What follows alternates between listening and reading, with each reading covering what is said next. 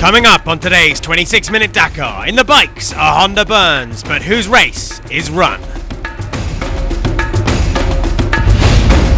It was a dream of these twins to race the Dakar. This is the story of the Escalade brothers.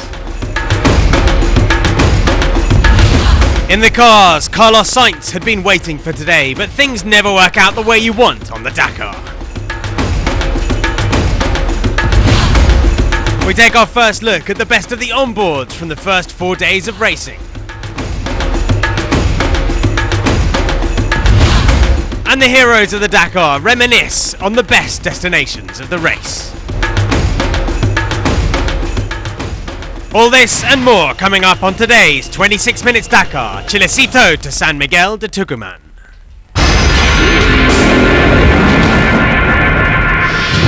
Previously in the bikes.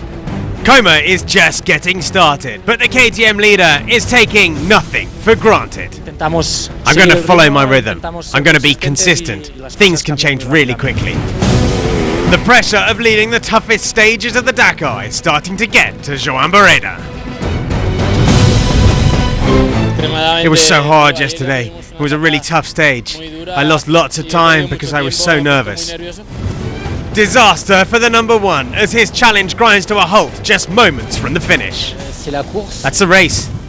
I'm at Yamaha for a challenge. You have to accept it. Pressure from all sides as the top riders slug it out on stage 5 of the Dakar 2014. It wasn't a happy end to the marathon stages for Dupre. Problems within sight of the line cost him dearly yesterday.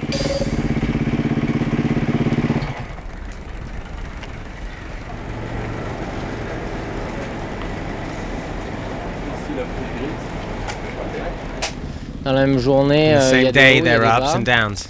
At 9 kilometers from the finish we were a long way in the lead.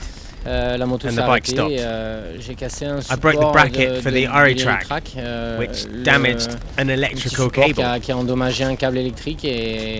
I lost 40 minutes finding the problem and repairing it. And restarting. There you go. 40 minutes. The bikes return to the car course as we hit the shortened stage of Chilecito to Tucumán.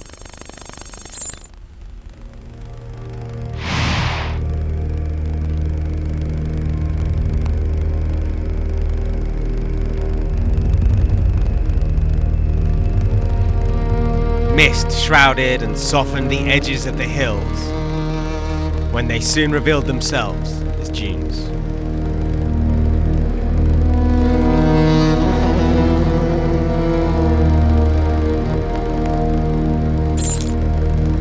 Could today be the decisive day for Mark Coma? The soft mounds of sand and dry riverbeds would hamper navigation for all, but with Duclos in tow, Coma was always close to the right path.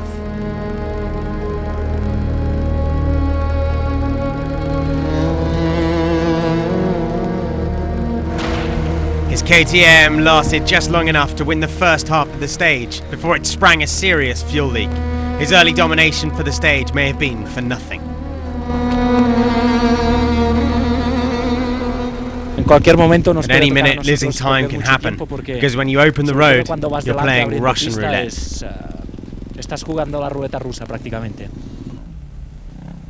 Behind Coma, and since returning to KTM from Gas, Jordi Villadoms has ridden as the Catalan's support rider. Today he nailed that role.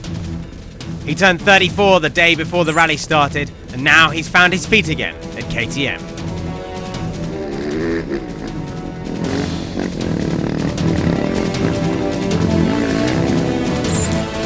Kuba Shagonski did his overall hopes no harm with third place on the day, and now he's 7th in the overall standings, sitting one place above his best finish from 2010. The best Honda of the day was Rodriguez. He struggled all rally long and came into stage 5 nursing bike troubles. It didn't seem to bother him as he snaked his way through the dunes. South Africa's Rian van Niekerk leapt back into the top 20. In only his second Dakar, the KTM rider took 5th on the day. 32 minutes the gap to first. A bad day for Lopez. He was caught out by the sand and by navigation to drop a devastating 52 minutes. Olivier Pain suffered the same fate in the same sand, and the Yamaha rider is yet to repeat his speed of last year. Barreda made it through, but not without problems. Fuel problems in the Honda as he rode alone, and once also as he chased Coma through the dunes, costing him 44 minutes and the race lead. For Dupre, the dare not know better as the Yamaha overheated and he lost a minute more than even Barreda. It was Coma that really dodged a bullet though at the end of the first part of the special. No start for the bike. We have to go from here 22 kilometers on the road, and there you will be on the finish of the second stage. That meant, with the finish coming much sooner than expected, Mark Coma took it by 12 minutes from Villedoms, Shagonski 22 minutes back, ahead of Rodriguez and Rian van Niekerk. That changed things in the overall. Coma now takes the lead 41 minutes ahead of Barreda. Chaleco Lopez in third position ahead of Villedoms, and Duclos 1 hour back, holding on to his fifth place. As temperatures soared, bikes overheated and fuel evaporated. But for Gerard Ferrez, it was much worse.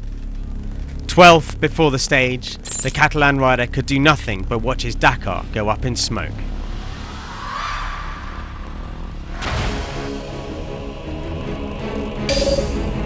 At kilometre 143, there was another fire. For Paulo Gonçalves, it was even more heartbreaking. He crashed over a berm, and fuel gushed from the Honda, igniting as it flowed over the hot motorcycle. It was an ignominious end to a heart-wrenchingly difficult Dakar for the Rally Raid world champion.